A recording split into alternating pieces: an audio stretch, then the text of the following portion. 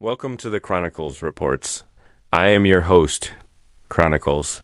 Today, we are diving deep into a geopolitical seismic shift that has transformed the Middle East in a matter of mere days.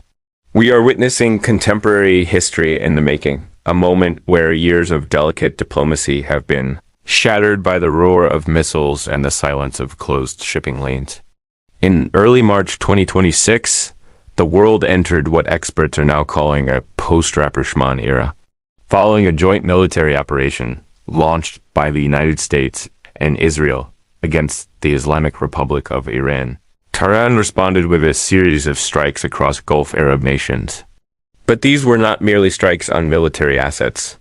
They hit the very pulse of the global economy, energy infrastructure. Let's look at the facts. The impact on our daily lives is immediate and profound.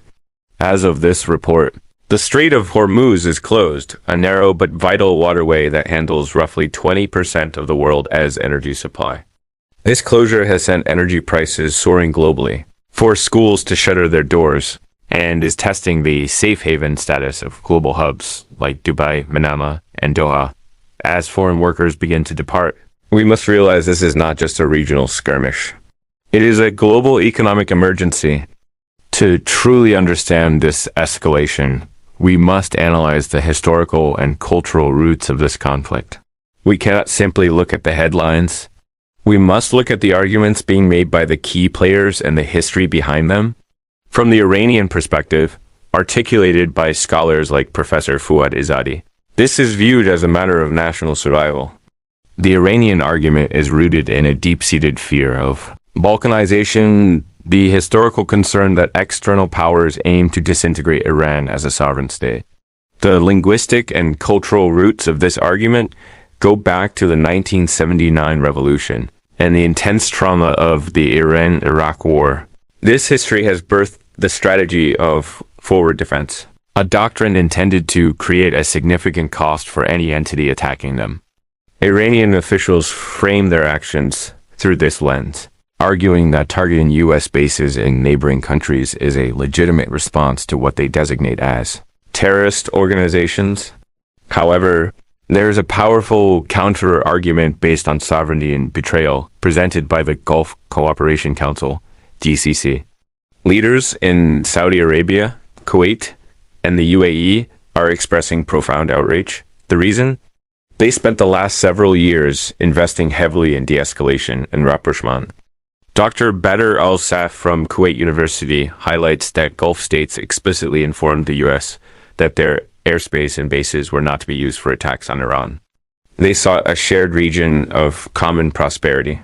When Iran struck civilian targets, including hotels in the UAE, residential buildings in Bahrain, and the Kuwaiti airport, the GCC viewed this not as brotherly behavior, but as a cowardly violation of international law. Here is where our analysis uncovers a startling paradox. Analysts like Abdiaziz al-Sager argue that Iran is inadvertently following the Israeli playbook. The argument suggests that by attacking its neighbors, Iran is fulfilling Prime Minister Netanyahu's long-standing strategic goal, forcing the GCC and the U.S. into a unified military front against Tehran. In essence, Iran may be destroying the very diplomatic bridges that were keeping a broader war at bay. How does this impact our daily lives and modern politics? In the Gulf, the focus has been on moving away from the ghosts of the 1980s to build future-focused economies. This escalation threatens to drag the region back 40 years. For the average citizen, this translates to disrupted flights, a skyrocketing cost of living, and the psychological weight of living in a war zone.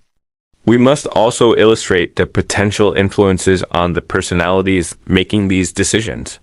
We are seeing a clash between the disciplined and level-headed restraint of GCC leaders and what some describe as a decentralized command structure in a post-Khomeini Iran.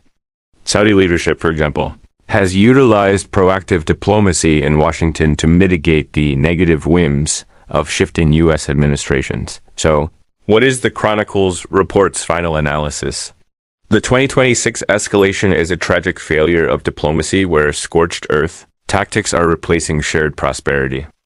The historical roots of mistrust are proving harder to pull up than many had hoped during the recent rapprochement period. As energy prices climb and the U.S. military remains amassed in the region, the world watches to see if restraint can eventually prevail over retaliation. This has been a deep dive into the contemporary history of the 2026 Gulf crisis. We remain committed to bringing you the facts, the history, and the analysis that matters. I am your host, Chronicles. Thank you for joining us on the Chronicles reports. Make sure to stay informed. Stay objective, and we will see you in the next report.